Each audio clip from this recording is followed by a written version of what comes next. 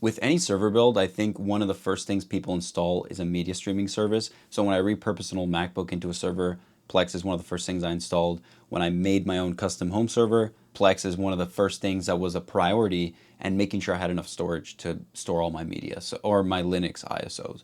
But a lot of people have been switching away from Plex into Jellyfin with a good amount of reason. There's no cloud pinging. There's a lot of free features like hardware transcoding and remote access that are just free within Jellyfin, but behind a paywall in Plex. So I get it, the whole privacy aspect of it, the open source, the free features.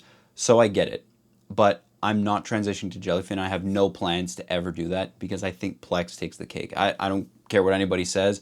I think Plex is the best streaming service to run on your home server, and I'm going to tell you a couple of reasons why I still use it and why I think it's the best one. The main reason I haven't left Plex and why I enjoy using it so much is because of the overall level of refinement and that whole eye candy, that quality of life.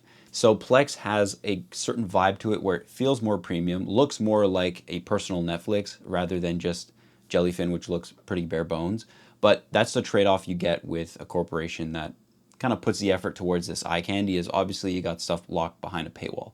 But the overall quality of when you open up your media and view it, there's a level of refinement that you don't get with any of these other streaming services. And I think that's what kind of keeps Plex alive, is that it feels more like your own personal Netflix. And I think one of the coolest things is the splash art and the title kind of looking and blending together, where the title, when you access a piece of media, shows up in front of the splash art. So I think that's one of the things I really appreciate. And if you're on a TV, it'll actually play the intro to the show you're watching when you're selecting an episode. So that intro song just kind of puts you into that vibe when you're watching something. It feels more like a personal Netflix rather than a self-hosted service.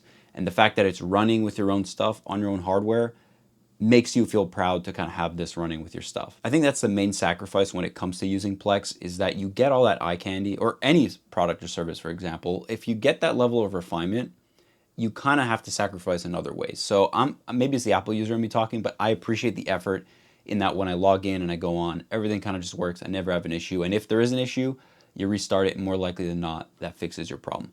But you log in, you see all your shows, all your TV shows, all your, why did I say shows twice? All your movies. And there's this level of premiumness to the whole thing, and you can use it completely free. But you sacrifice that with certain features locked behind a paywall. So there's a trade-off to be made there. The issues people have with Plex are not invalid, but it all depends on the kind of user you are, what you value, how you're going to use your server, and your priorities in a way, right? So for me, I don't value any of those Jellyfin free features, if that makes sense.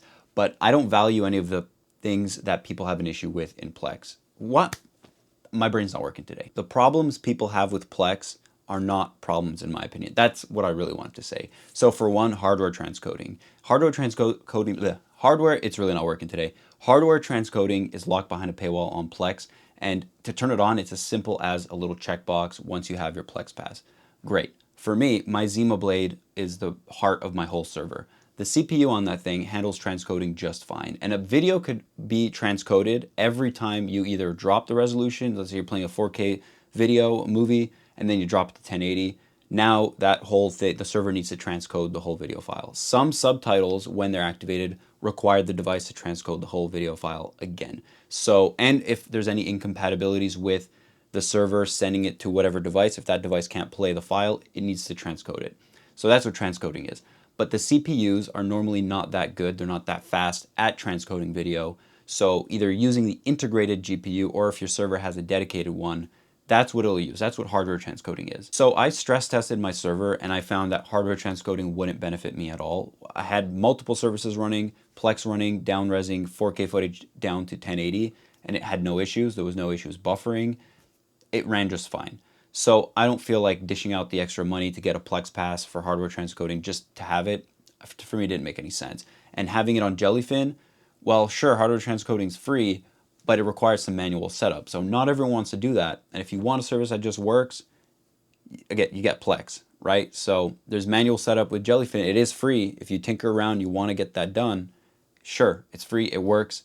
But for me, hardware transcoding is not that big of an issue. And I think for a lot of people, they probably wouldn't notice it. Another big issue people have with Plex, and justifiably in my opinion, is privacy. So they collect a ton of data for sure. I mean, they know I'm watching Trailer Park Boys 7 days a week from 11 to 12 p.m. to fall asleep. So they know all this. So does Google, so does Facebook. Everybody knows that stuff, right? Everyone's collecting data. So for me, I'm like, go ahead. Collect that data and do what you will with it. I really don't care.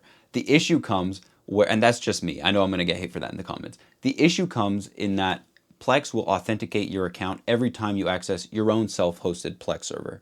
So it uses their own proprietary account. I don't know if proprietary is the right word to use for that, but you need a Plex account to use Plex. And then every time you access Plex, even if you're on your own home network with your own home server, it still pings their servers to authenticate your account and make sure like, okay, yeah, this guy's accessing this server. Okay, it's good. So for me, I mean, it's like, why? I get it. I get that issue. It's weird. And there's ways around it where you could whitelist devices' IP so that it doesn't pass that authentication.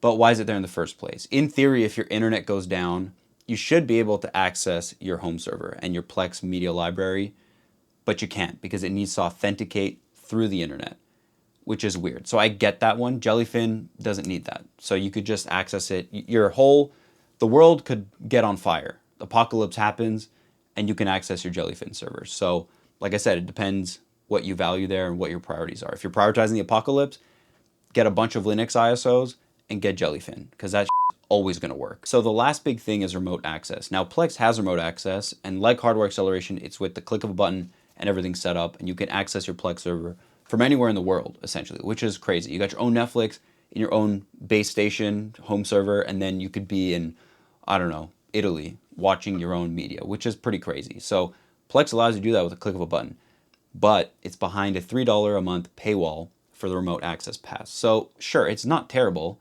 And then when you want to access that, if you go on vacation, sure, I'll pay it for like a month, get the $3, and then I don't have to pay it anymore. I think that's fine. I'd be happy paying that. I've never used it because for me, my Plex server is for in my house. So I've never used it. But Jellyfin has remote access for free. The caveat with that is that it requires manual setup. Similar to hardware acceleration, these are all free features that Jellyfin has just free. Free features are normally free, but it requires manual setup. So like I said, that's the trade-off. Plex, it's a click of a button.